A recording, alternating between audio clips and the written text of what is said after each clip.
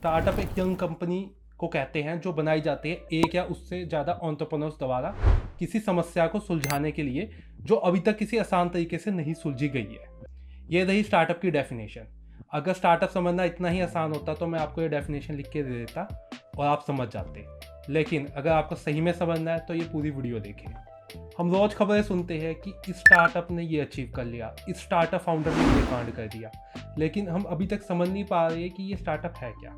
कैसे ये loss making startup दिन ब दिन ग्रो होते जा रहे हैं। जैसे स्विगी एक लॉस मेकिंग स्टार्टअप है, उसने एक दूसरा स्टार्टअप डाइन आउट खरीदा था। स्टार्टअप नेचर में बहुत ही ग्रोथ हंग्री होते हैं, इनको अपने आप को बहुत ही तेजी से स्केल करना होता है। एक स्टार्टअप पैदा होता है अपनी डिमांड पूरी करने के लिए अपने यूनिक प्रोडक्ट्स एंड सर्विसेज की मदद से। फॉर एग्जाम्पल, पेटीएम उस वक्त मोबाइल रिचार्ज का ऑप्शन लेकर आया जिस समय लोग दुकानों पर मोबाइल रिचार्ज करवाते थे, और डीमोनेटाइजेशन में तो पेटीएम वॉलेट का सबसे ज्यादा यूज हुआ था। फाउंडर्स एंड को फाउंडर्स बहुत ज्यादा क्रिएटिव होते हैं जिनकी मदद स्टार्टअप्स करते हैं ताकि वो अपने इनोवेशंस दुनिया के सामने ला पाए। एक एंटरप्रेन्योर जो किसी आइडिया के साथ स्टार्टअप बनाता है उसे फाउंडर बोलते हैं, और जो उसकी initial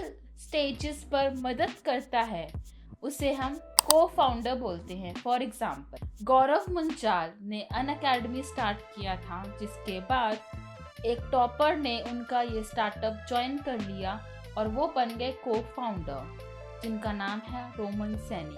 Gaurav and Roman Saini दोनों ने ही अनअकैडमी को एक एडटेक सेक्टर का टॉप स्टार्टअप बना दिया है। स्टार्टअप लॉन्च करने के लिए प्रोडक्ट या सर्विस चाहिए होती है। इसको शुरुआत में MVP कहते हैं। MVP का मतलब है मिनिमम वाइबल प्रोडक्ट। MVP एक वर्जन होता है जो इनफ फीचर्स दिखा पाए प्रोडक्ट या सर्विस के, जिस वर्जन को देखकर कोई कस्टमर फीडबैक दे पाए और उसके बाद वो प्रोडक्ट डेवलप हो पाए। अगर आप वीडियो यहाँ तक देख रहे हैं तो प्लीज़ चैनल को सब्सक्राइब कर दें। देख सकते हैं आप हमारी ये पहली वीडियो है और चैनल अभी बिल्कुल नया है। अपना वैल्यूएबल फीडबैक भी दें और इसे शेयर भी करें। ट्रेडिशनल बिजनेस बहुत आराम से चलता है।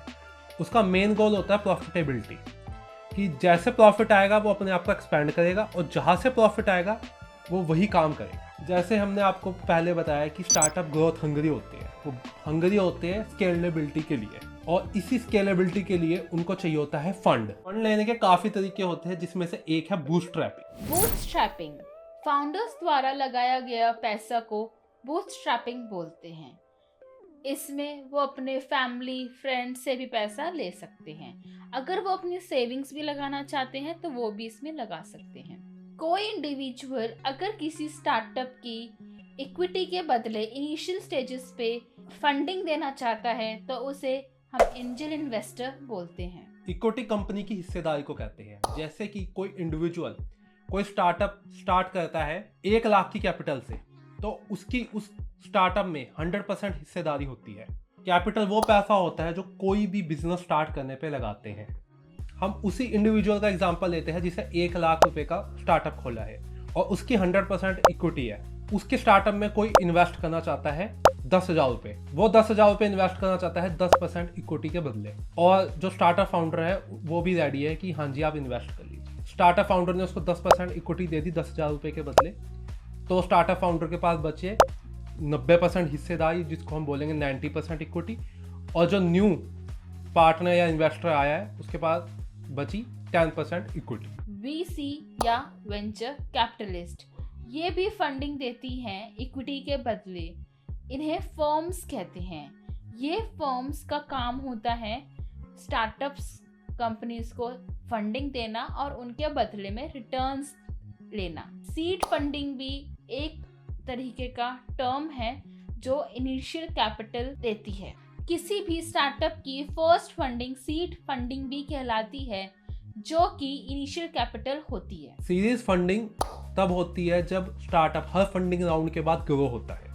इसमें यह पक्का नहीं होता कि series funding round A, B या C तक जाए, ये उससे आगे भी जा सकती है या फिर उस तीनों राउंड के बीच में रह सकती है। जो सीरीज फंडिंग A होती है वो फोकस करती है स्केलिंग पे, जो सीरीज फंडिंग B होती है वो फोकस करती है एक्सपेंडिंग पे, और जो सीरीज फंडिंग सी होती है उसका फोकस होता है ऑप्टिमाइजिंग एंड प्रॉफिटेबिलिटी पर। फंडिंग लेने के लिए स्टार्टअप फाउंडर्स को इन्वेस्टर के पास जाना होता है और अपनी पिच देनी होती है इन्वेस्टर के सामने, जैसे शार्क टैंक में देते हैं। अगर इन्वेस्टर मान गया तो फंडिंग मिल जाती है, वरना नहीं मिलती। 2022 में मैं सिंगापुर गया था, कोई वहाँ पे स्टार्टअप की पिचिंग चल रही थी, तो मैं भी पिच देने गया था फंडिंग के लिए।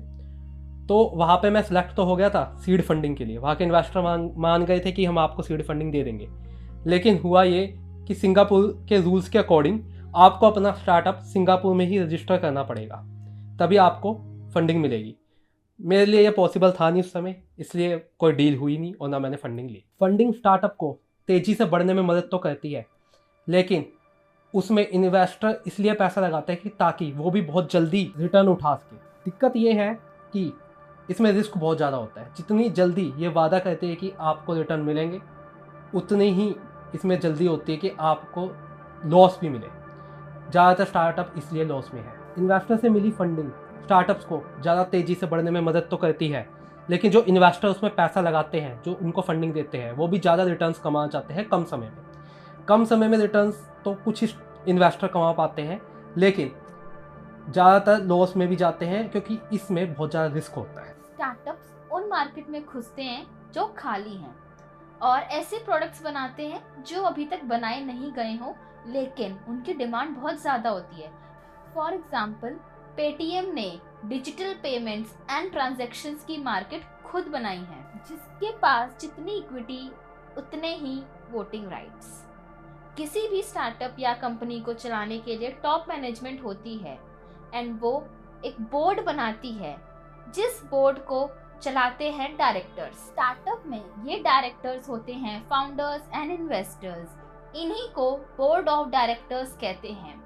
किसी भी कंपनी या स्टार्टअप में काम कैसे होगा या ये स्टार्टअप आगे कैसे बढ़ेगा, वो यही डिसाइड करते हैं। किसी स्टार्टअप की टॉप मैनेजमेंट एक सी सूट बनाती है और ये सी लेवल के एम्प्लॉइज उस स्टार्टअप या कंपनी को चलाने में मदद करती है। चाहे वो डिसीजन मेकिंग हो, स्ट्रैटेजीज एक्सेट्रा, कोई भी काम हो, ये टॉप मैनेजमेंट जो सी लेवल के एम्प्लॉइज होते हैं किसी स्टार्टअप या कंपनी में, वो उसकी हेल्प करते हैं। सी पोजीशन में आते हैं CEO chief executive officer, CFO chief finance officer, CTO chief technology officer, CIO chief information officer, COO chief operating officer. और कुछ अन्य रोल्स भी देखे जा रहे हैं।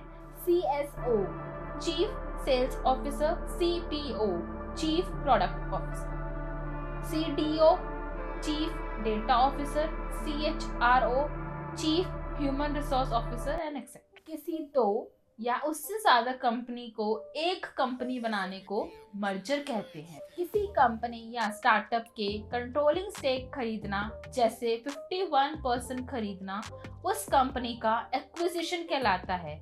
इसे एक्वायर या टेक ओवर करना भी कहते हैं। फॉर एग्जाम्पल, जोमैटो ने ब्लिंकिट को एक्वायर किया था और हाल ही में जोमैटो ने पेटीएम का एंटरटेनमेंट टिकटिंग बिजनेस भी एक्वायर किया है 2048 करोड़ में।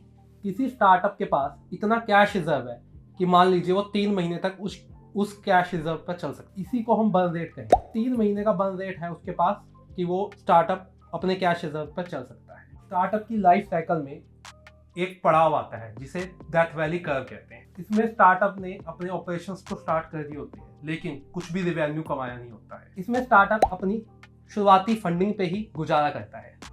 जितना बड़ा डेथ वैली कर्व होता है, उतना ही स्टार्टअप को सर्वाइव करने में दिक्कत आती है और उनके लिए वो सर्वाइव करना मुश्किल हो जाता है। काफ़ी स्टार्टअप इस डेथ वैली कर्व से निकल ही नहीं पाते हैं। जब स्टार्टअप डेथ वैली कर्व के अंदर होता है तो इसमें फंडिंग मिलना बहुत ही मुश्किल हो जाता है और इन्वेस्टर इसमें पैसा डालने से भी कतराते हैं, क्योंकि इन्वेस्टर्स को लगता है कि ये स्टार्टअप जल्दी से जल्दी डूब जाएगा। अगर हम इसमें पैसा डालेंगे तो क्या पता हम भी डूब जाए।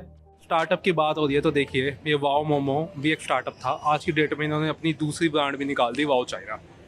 आप देख सकते हैं कि कितने सारे आउटलेट है ऑल ओवर इंडिया। दूसरी बात, ये स्टार्टअप कहाँ से कहाँ पहुँच गया है। अगर एक और स्टार्टअप की बात करें तो एक स्टार्टअप आया था शार्क टैंक में, उसका नाम था ट्विस्टिंग स्कूप्स। ये आप सामने देख सकते हैं। बट इनकी मैं ब्रांडिंग में एक बात बताना चाहूँगा कि ये दिख नहीं रहा, इनका नाम ही नहीं दिख रहा, ठीक है। तो ये शार्क टैंक में आया था और ये भी आज की डेट में आउटलेट खोल के बैठा है, बट दूर से इनका नाम दिख नहीं रहा, तो इनको थोड़ा बहुत इस पर काम करना चाहिए। अगर स्टार्टअप की बात की जाए तो PW का, फिजिक्स वाला का जो ओनली IS है, वो भी आज की डेट में चल रहा है, जो एक स्टार्टअप है। अनअकैडमी के भी UPSC कोचिंग में जो है वो कदम आ चुके हैं, ऑफलाइन ऑनलाइन तो बढ़िया ही चल रहे हैं, ये देख सकते हैं आप। फिजिक्स वाला काफ़ी नए स्टार्टअप्स आज की डेट में UPSC कोचिंग के स्पेस में आ चुके हैं कंपटीशन में। बायजू जो काफ़ी अपने आपको बंद करके बैठ चुका था, वो भी अपने सेंटर कोलबा में खोल के बैठा हुआ है। क्या आपको क्या लगता है कि बायजू का सेंटर चलेगा कि नहीं, कमेंट करके बताइए। ये शार्क टैंक सीज़न 1 में आए थे मोमो मामी, और अभी भी इन्होंने शार्क टैंक सीज़न 1 की ब्रांडिंग कर रखी है। आशा करती हूँ कि इस वीडियो के माध्यम से आप समझ पाए होंगे कि स्टार्टअप क्या है। हमें सब्सक्राइब करके रखिए। मैं मुनीत, मिलता हूँ आपसे दूसरी वीडियो में। धन्यवाद। 51% खरीदने को एक्विजिशन उस कंपनी जैसे से स्टार्ट तो दोबारा कर